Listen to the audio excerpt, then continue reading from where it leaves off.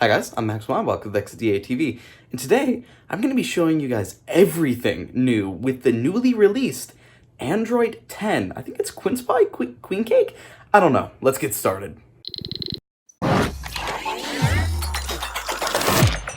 Right in my hand, I've got the Google Pixel 3 XL. This is running Android Q, or Android 10. Sadly, there's no name to it anymore, none of that dessert name. They do have the internal things, quince tart, something like that, or queen cake, depending on what you want to call it, but those are internal names. They're not technically official as part of the name, but they are still giving us those dessert names for the diehard Android community like ourselves. So, on my Pixel 3, I have the official the official release. This is the newest build. It was released earlier today, just a few hours ago. It's very similar to all the beta builds. Almost the same as Developer Preview 6, I believe, which was release candidate. The update was only like 5 megabytes, so it's essentially the same as that. And then over here on my OnePlus 7 Pro, I've actually got their open beta. I'm not going to be showing this one off yet. I can do that in another video if you guys are interested. I want to go over some of the big features. So over here on my Note 10, here are the 10 newest features. We have got live captions, which hasn't rolled out yet, sound amplifier, dark theme, location controls, focus mode, smart reply, gesture navigation, privacy controls, security updates, and family link. So let me start from the bottom up, and let's start off with focus mode and family link. So right at the top here, we can actually see focus mode. I'll go this first. With focus mode enabled, you can select apps that are particularly distracting. I am on Twitter way too much, and let's just go, I don't know, let's go Chipotle since I have too many burrito bowls, right? And you want to turn on focus mode? You can actually add it to your quick settings. So over here, I can edit it and then just drag it up. Here's focus mode. And now, when I enable it, any apps that I disabled with focus mode on will actually be disabled. So I can't access Twitter anymore. Focus mode is on. Can't access Chipotle, rip burrito bowls, and then Instagram is also disabled. And you can enable this and disable this whenever you want it. If you had I believe, actually, if you had the app open ahead of time and you disable it, so you can see my notifications came back. But if I open it, then enable focus mode while I'm in it, it'll close the app, and in quick setting here, it actually removes it. When I disable it, turn off, you can see it's still not there, and it just closes the app and disables access to it. You can also set the normal timers, and if you have a timer, it'll say right at the bottom how much time you have left. And then for parental controls, you actually have access to it at the bottom of digital well-being. So if you're a parent and want to set it up, you can set up Family Link, which is Google's service. Apparently, it's really difficult to remove. It's also, for the kids, it's difficult to remove, and for the parents, it is as well, and it can be buggy. So remember that, but if you are trying to get a new phone for your kids and want to set up the parental controls, this is a super easy way to do it that comes pre-installed on a lot of phones now that have digital well-being. I know OnePlus has it pre-installed, Nokia, and Google, of course. 2 features down, 8 to go. So let's come down here and let's go to security updates. So security updates are one of the cooler things Google actually did. So previously, security updates were included in monthly security patches. Google got them quickly. Samsung would take a couple weeks. Huawei's bi-monthly, I believe. OnePlus is bi-monthly. They aren't always the fastest. But now Google has actually turned them into a .apex file, and they will install similar to an APK. So you can go up to security, and then you'll see Google Play security updates. Mine says July 31st, but that's not updated. When you actually click on it, it'll check for updates. If you have an update, it'll tell you, install it, and then have you reboot your device. Otherwise, it just says your device is up to date. And as you can see there, Android version 10, September 5th, which is actually coming up in a few days, but Google always does the 5th. So yeah, that is the new update system, which is actually pretty cool. OEMs that support this will be able to provide very, very, very fast and easy security updates directly from the Google Play Store. We have got location controls and privacy controls. I'm going to include these in the same one, mostly because they're all, in my opinion, the privacy features. So we can come back here and we actually see a new tab, location and privacy. Privacy is essentially a reorganized system of how it used to be. You could get all of these in like the app categories, but now it has its own section for it. So we have what it will show on the lock screen, whether it will show your password briefly as you type it. So when you type in your password, it'll show the character, then very quickly switch to that little dot. This will disable that, so it'll only show the dots. It's actually really nice. I know my password usually when I type it in, so it is very, very nice. Then here we can actually see location, Google location history, autofill, activity control, ads and usage and diagnostics. My God, I can't speak. Usage and diagnostics this will send your data to Google for any issues. They'll be able to troubleshoot just based off the logs as it gets them, and they can optimize this device in future updates or future devices. A lot of people don't like it. I personally like to keep it on just because I know it will help devices in the future. Then we've got, of course, ads. This will let you opt out of ad personalization, and then it gives you your advertising ID and a couple different areas. Ads by Google should link over to their website. Yep. Then you have the opt out. I kind of like personal ads as much as crazy as I might be. I do kind of enjoy seeing these ads, so I do actually like to keep it on. Then you can reset your advertising ID. Next, we've got activity controls.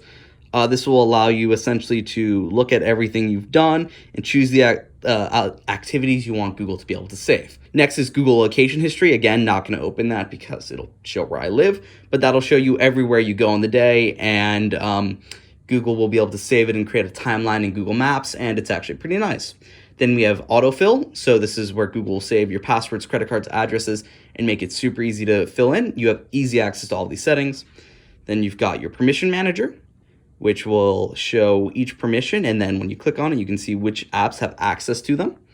And then you can easily enable, allow, and deny from it. And you can do that for all of these permissions. Then you can go to lock screen and see all your notifications, and if you want to not show them or only show some content or all of it. And then we actually now have the location. So location here will show which apps recently used your location, have the usual settings. So you have emergency service location. I usually say keep that on. Google location accuracy, that's up to you and how much you're into it. Then location history and location sharing. Those were, again, in the privacy ones. I'm not going to go through that. Here you can see your different options, Wi-Fi scanning, Bluetooth scanning for GPS, and then app permissions. These are the apps that have permission to your location. And I'm just going to go to dark sky to show you guys this. So you actually have 3 new permissions. Deny, no location access, only allow while the app is open, and all the time. I'm going to keep only allow when the app is open because dark sky doesn't need to know where I am 24/7. Some apps you might want that on, and some apps you won't. And to be something I found really surprising, Samsung's Galaxy Watch app, it actually requires you to keep it always on all the time, or it's going to bring you guys like a constant notification up there, and it gets really annoying. Hopefully when they add better Q support, or better Android 10 support, they'll fix that up, because that was annoying. So yeah, this is essentially all the new location and privacy features. It actually, something I did notice, I can't really show it. If an app requests your location in the background a lot, you'll get a push notification letting you know which app was doing it and give you easy access to disable that. We are halfway through. Next, we have dark theme and gesture navigation. So, dark theme. This has been something people have wanted for a very long time. You can see dark theme right here. It turns your display essentially black. Most parts of it are black. I'm going to say most Google apps right now are supported. They wanted to get everything in, but not everything is supported. You can see, I believe Google Assistant doesn't have support for it. Yeah, it's white. But Google will be rolling it out, and apps that do support dark theme will be able to actually automatically enable. Something that is cool, though, is I believe, unless they removed it again, then you can also force it to enable the desktop mode, which I showed off in a previous video. Override force star, right here. So when you enable that, and you go to an app that actually doesn't support it, so let's go to Instagram, it should, theoretically, force it into dark mode. Doesn't always work as is obvious, but it should normally work on most apps. Some apps have issues, some don't. It'll hopefully get fixed. But that should be able to force any app into dark mode. And then the next one was actually gesture navigation. So you can see right here. So we can actually go to gestures now, and we have the new gesture navigation. In my opinion, this is the worst navigation method that has ever been on an Android phone ever and shouldn't be used. And I know a couple of their XDA employees agree with me, but people love it, so I'm going to show it off. Here we can actually see the back sensitivity, how higher sensitivity might... Look, these settings, no matter what you set it to, you're still going to have issues. They're nice if you can get used to it, but I'm not used to it. I can't figure it out, and it honestly just annoys me too much. So I keep it at the lowest sensitivity so you can get the most side swipe. You can actually enable it here. And now we've got up to go up and hold to get to your, so yeah, up to go there. I have to actually get an app to get to quick settings. It's a little bit annoying, but up to go home, up and hold to get to your recent apps, and then back, swipe from the side to go back. So we can go to my apps, we just swipe from the side. But here's the issue. I can't side swipe anymore. See, I kind of got it there, got it again, but now it's swiped back. And I'm not sure why, I'm not sure how to get that. Sometimes it does it, sometimes it doesn't. I absolutely despise this gesture navigation.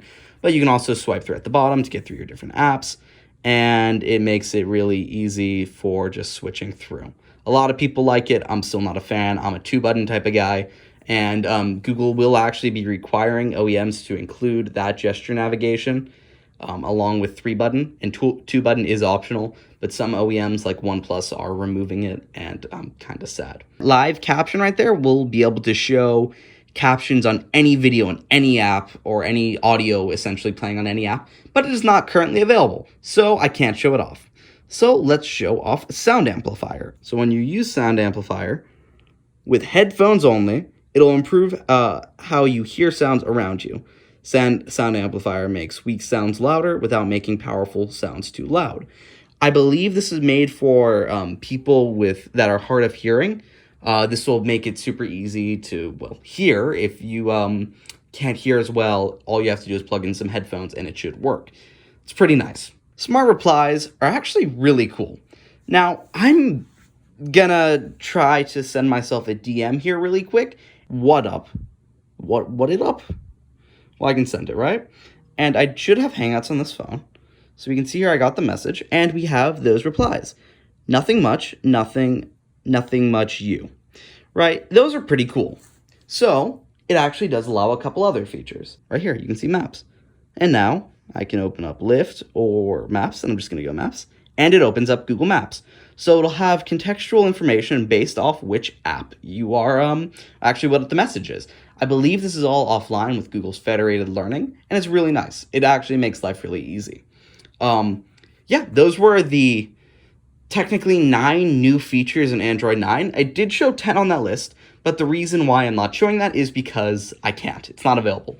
It'll likely be available around October, November when the Pixel 4 comes out. Now, this isn't every new feature, of course. These are just the 10 new features for Android 10. These are the ones Google's focusing on advertising and getting out there. As of today, September 3rd, there are a couple devices that are not Google Pixels that do have Android 10. That would be the K20 Pro from Xiaomi. That does have it specifically in China. And the Essential phone. The Essential phone, no surprise to anyone, is still alive and getting updates as soon as the Pixels. And then, of course, the Pixels have their own updates. Every Pixel from the first OG Pixel to the Pixel 3 XL and the Pixel 3As already have Android 10 available. Check your OTAs if you're interested in downloading it.